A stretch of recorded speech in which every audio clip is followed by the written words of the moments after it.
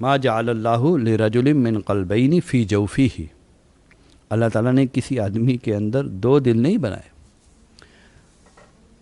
تو western thoughts کا سارا جو مصدر ہے، جو بیس ہے، وہ عقل انسانی ہے، اور عقل مغلوب الجذبات ہوتی ہے. آپ چھوڑے یار، دور کہاں جانا، آپ پاکستان کے حالات کا ذرا اسٹڈی کریں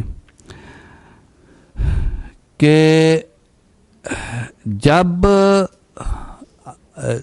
مفاد میں تھا تو وہ سو موٹو، وہ نوٹس لینا، ایکشن لینا چیف جسٹس کا، یہ اختیار دے دیا گیا.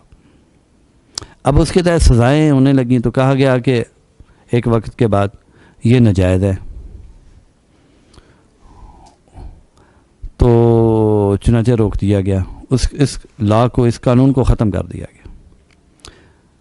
بناتے وقت بھی نام اگرچہ خیر کا لیا کہ مظلوموں کی داد رسی ہو جائے، لیکن مخصوص سیاستدانوں کو پکڑ دکڑ کرنا تھا.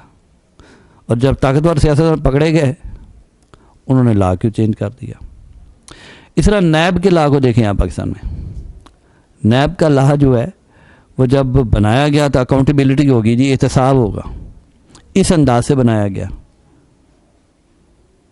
اور جب اکاؤنٹیبلٹی پریکٹیکلی کی جانے لگی تو اس میں اپنے انتقامی جذبات جو ہیں ان کی تسکین کے لیے اقدامات لیے گئے. مخصوص افراد وہ اس کے تحت آئے. تو اب کہا جا رہا ہے کہ نیب کو بھی ختم کیا جائے. تو یہ وضعی قوانین ہوتے ہیں جو عقل کی بنیاد پر قوانین بنائے جاتے ہیں، لاز بنائے جاتے ہیں. ان کو بیسیکلی بڑا ایک ریشنل بیس کہا جاتا ہے، عقلی بنیاد کہا جاتا ہے، لیکن حقیقت میں وہ ہمارے مفادات، انٹرسٹ، ہماری فیلنگز کے ماتحت ہوتے ہیں.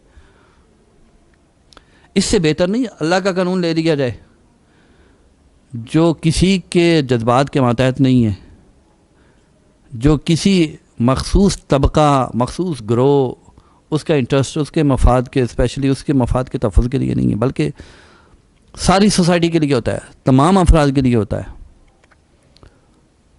تو یہ جو ہے دھکے اس وقت تک پڑتے رہتے ہیں جب تک انسان کو ہدایت نہیں آتی، سمجھ میں نہیں آتی.